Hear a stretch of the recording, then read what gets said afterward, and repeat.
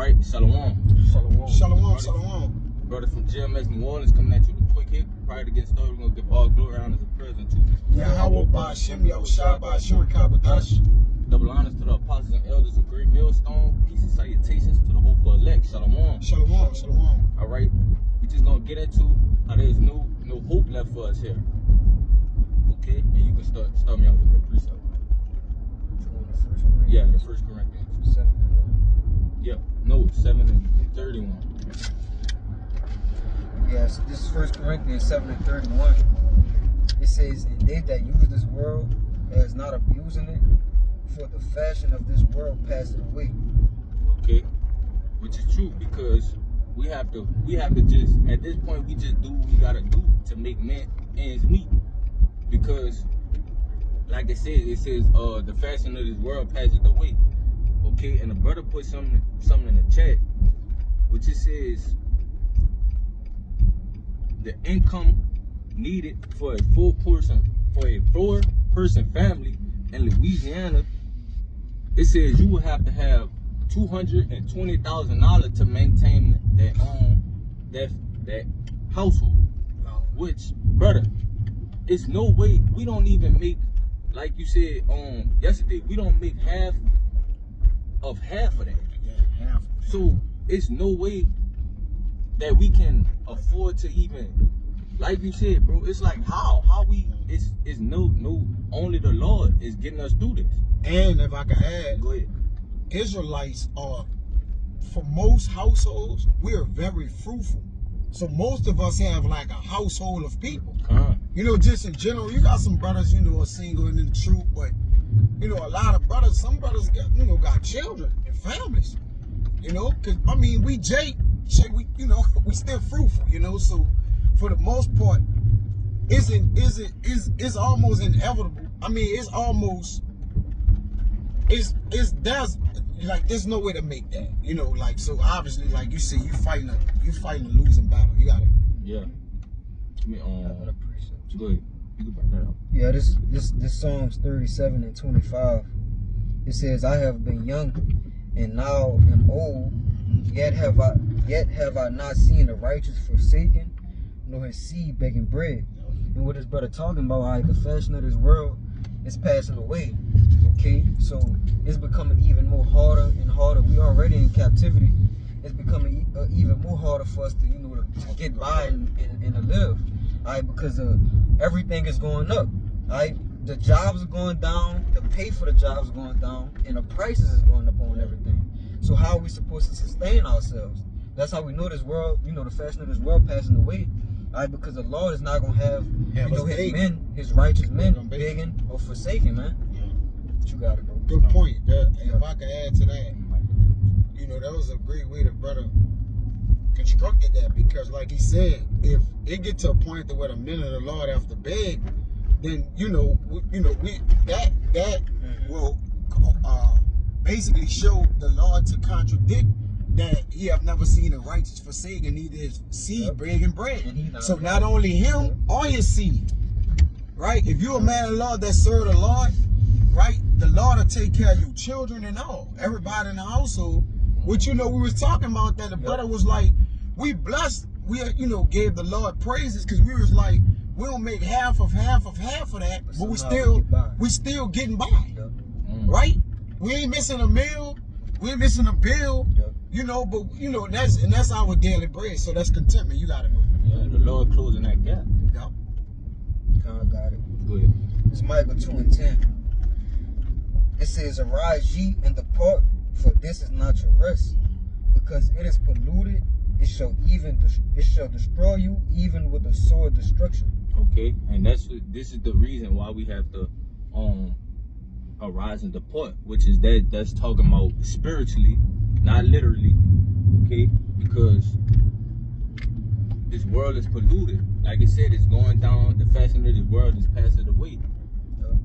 So yeah, we gotta direct our cares on seeking those on the things that's above. Because it's just a burning bridge.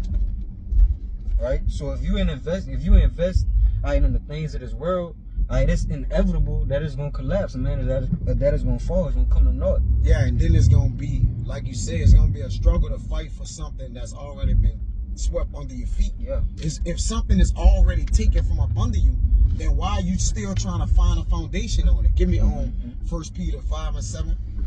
Cause like you mentioned something about cares. Alright. This is important of caring. Knowing what and who to care for, right? So the return, it can be a return favor on you, man. Yep. 1 Peter 5:7.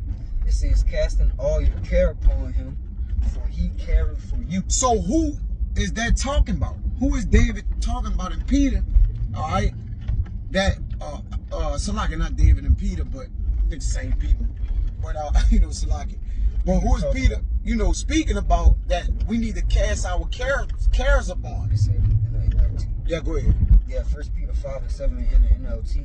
Give all your cares, give all your worries and cares to the Most High, for he cares about you. Yeah, because we worry about getting by. Just making sure, our kids are safe. And ultimately, we worry about having a peaceful mindset so we can serve the Lord in this God-forsaken place, right? And if you really don't have the means or requirement to meet your needs that you just need, the lights, the water, the things that the Lord have given unto us freely, but our enemies have charged us for it. We drink our water.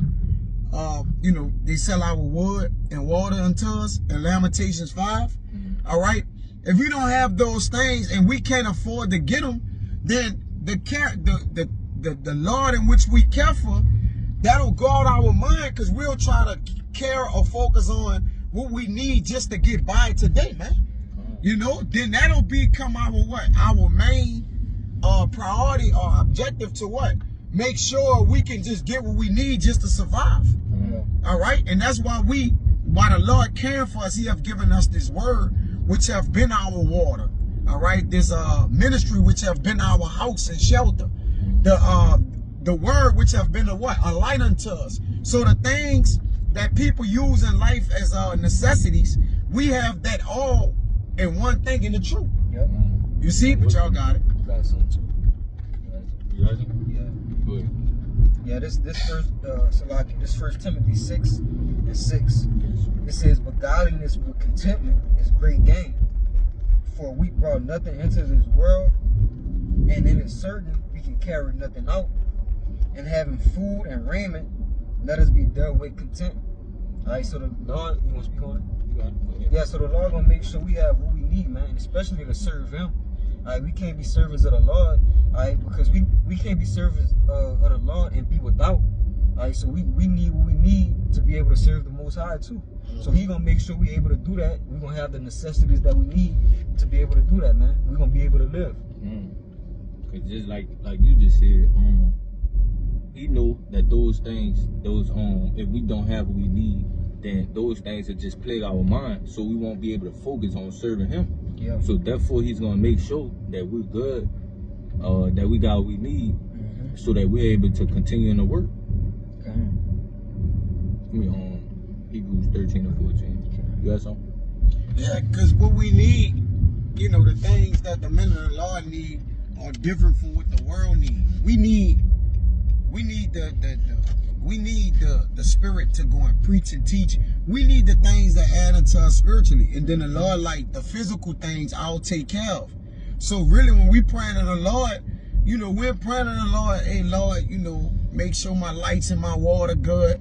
But we praying to not sin, not error, not to go off. And then if you do that by default, the Lord will take care of you. That's how you cast your cares upon the Lord. Because the things ain't nothing impossible for him. So if nothing impossible, then he's obviously doing the possible. It's an obvious thing, So our necessities our wherewithal is different from the world wherewithal, man, because the things we need to clothe us, we need to be clothed with the word, clothed with the garments, clothed with the oil of the scriptures, man. All right? We have a different way we go about our necessities, man, compared to the ways of the world. People worry about how they gonna pay their bills. We worry about how we gonna keep the law. Yeah, people worrying about wearing designer. Designer, yeah. Yeah. We worrying about not airing off. Not airing. You got it. Y'all got it. What I was about to say. Oh yeah. everything that we worry about is pertaining to wisdom. The understanding of the scriptures, or the doing right by the spiritual thing. the spiritual things. Yep. I got that. Go ahead. Yeah, this Hebrews 13 and 14. For here have we no continuing city, but we seek one to come. Hell yeah. Okay, because like you said, this place is falling. So therefore we don't seek the continuance of this place. Because we know that the Lord is coming back to ultimately destroy it. So there's no point of us trying to continue in this place. Which even us going through these different things, not being able to not being able to take care of the things that's Captivity. being in captivity. We know. Slide it, bro. I lost my Yeah. train of thought. In the city we seek to come, where it's in 2 Peter 3, it was like 13 or 14. We're in dwelling righteousness. Because when we the city that's coming, when Jerusalem come down, and we're in the kingdom of heaven, we ain't gonna no longer be in captivity. We gonna have the law, statutes, and commandments in our inward parts. We gonna be completely righteous. Reigning, okay, rulers, and we gonna have all the benefits of righteousness added unto us, man. That's what we're investing in, not this, this wicked queendom, man. But you got it, bro. Hell yeah. Because we have a habitation, that David speak about, a city in which we gonna inhabit righteousness. So again, long as our goal is to, house ourselves with in righteousness, man.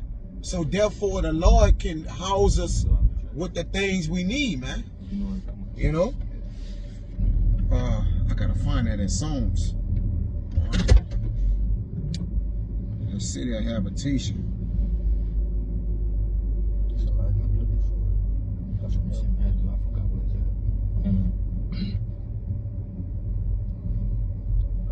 Lay up for yourself. Treasures? Yes. That's against the day of necessity. They got one that told before, right? And the way we lay up our treasures in the day of necessity is by doing this work, man. Right? Because I did a video about this. It was in Proverbs 24 and 27. It says, "Prepare thy work in the field, didn't build thy house." Yeah. So you don't do it the other way. You don't build your house, then go work. You gotta build. So we need to work in order for the Lord to give us what we need. We gotta go and do what we supposed to do. Right? We do what we need to get what we need. See, people do what they need to get what they want. It's two different ways with the men of the Lord. We're doing what we need to get what we need right here, so we can get what we want later. Yep, delayed gratification. Yeah, we do the need of the necessity now, so we can get what we want later. All right, and that's the goal of the ministry, man. Right? We don't have the fetish of the world like that, man. Right? The love they have for the world, the Lord said, "Love not the world," because He had enmity with it, man. So we don't the same fashions they pursue, the same goals and itineraries they have. We on two different roads traveling. Even though we live in the same world, in the same houses with some of these people, we are all on different paths. Our trajectories are different. Go ahead, bro. No, I was just gonna say, there's the saying, work now, play later. Yeah. Which we working now to receive our payment for what we working for later. They got a good one right here too. Come on, go ahead. Matthew 6. They say the same thing, but I can get that if you want. Come on, go ahead. Matthew 6 is what I was talking about. It don't matter. I'm gonna get to Matthew. Yeah, this is Matthew 6 and 19. It says, "Lay not up for yourselves treasures upon earth, where moth and rust doth corrupt, and where thieves break through and steal. But lay up for yourselves treasures in heaven, where neither moth nor rust doth corrupt, and where thieves do not break through nor steal." Okay, so this is that separation between us and the people in the world, because their treasures is laid up here, which, and like I said, our treasures is toward heaven, which is why we doing the work now, so that we can receive our payment later, which is gonna be when the Lord come back and give us our crown. And it say where a person treasure is, that where his heart would be also. And most people hearts, spirits into what they treasure here, which this earth gonna fade away. All right, and we treasure, our treasure is in heaven. Right, so our spirit or the things our mindset is gonna do is gonna be towards building towards the kingdom to come. That's why we have no continuing city. Yes. Right? We can't flourish here. We can't increase. That's what the continuing city means. Of constant increase, constant fruitfulness, constant building of family lineages. We can't do that. Right? So we're investing in where we can do that at. Right? Our work is our down payment, right, to spend it later in the kingdom of heaven, man. Because it just said in the Matthew, this is where moss and rust does corrupt. Yep. So the things that's coming to us is eternal. It's incorruptible. So those things won't be taken away. So that's why we're looking towards that. Yeah, to us, the men of the Lord, that's a no-brainer. Invest in the things that can't be stolen or taken away from us. Invest in something that's gonna last for an eternity. That can't be touched or stolen or nothing. That's a no-brainer to a man of the Lord. But to these people, they don't have no faith. They just carnal-minded. You know, and being carnal-minded, you being at enmity with the Most High. Yeah, that treasure, you made a good point. I ain't meant to cut you off. No, you good. You want to finish out? No, go ahead. The treasure that we have stored up is we going to be able to use it when we need it. And then they didn't put nothing up. So when the Lord required a treasure, they ain't going to have nothing out of their treasure. Because they didn't, I didn't store it up. They didn't labor for it. Yeah, they didn't labor the proper way for it. Because everybody laboring, they're just laboring for nothing. Right? To lose their 401k. They pensions and things like that. We're laying it up to use it later. Yep. This is Sirach 29 and 11. It says, lay up thy treasure according to the commandments of the Most High, and this shall bring thee more profit than gold. Yeah. Yeah, man. Because you can't. Gold had been the ruin of many. That's why I say when people go after it, right? When people go after it, we did that. Go not after gold, but the rich. It's Proverbs. It's Sirach 31 and 5. All right, you can get it because I don't want to paraphrase it wrong. It says the rich had not gone after gold or something like that, right? But that's the consolation here. That treasure here is all about the gold, the glitz, the glamour. All right, it's the shine in the world where it's dim at. Go ahead, Al. Yeah, this is Sirach 31. 5, it says, he that loveth gold shall not be justified, and he that followeth corruption shall have enough thereof. See? Go ahead. Gold had been the ruin of many. See? And the destruction was present. So while they chasing gold, there's a destruction at it. It says there's a way. He said there's a way that seemeth right to a man, but the end thereof is the ways of death. Yeah, we found life and we hunting it down. You know how Jake catch the interception, he running that way, you just see somebody come out the camera, he just running them down, man. You know? We found life, man, and we hunting it down.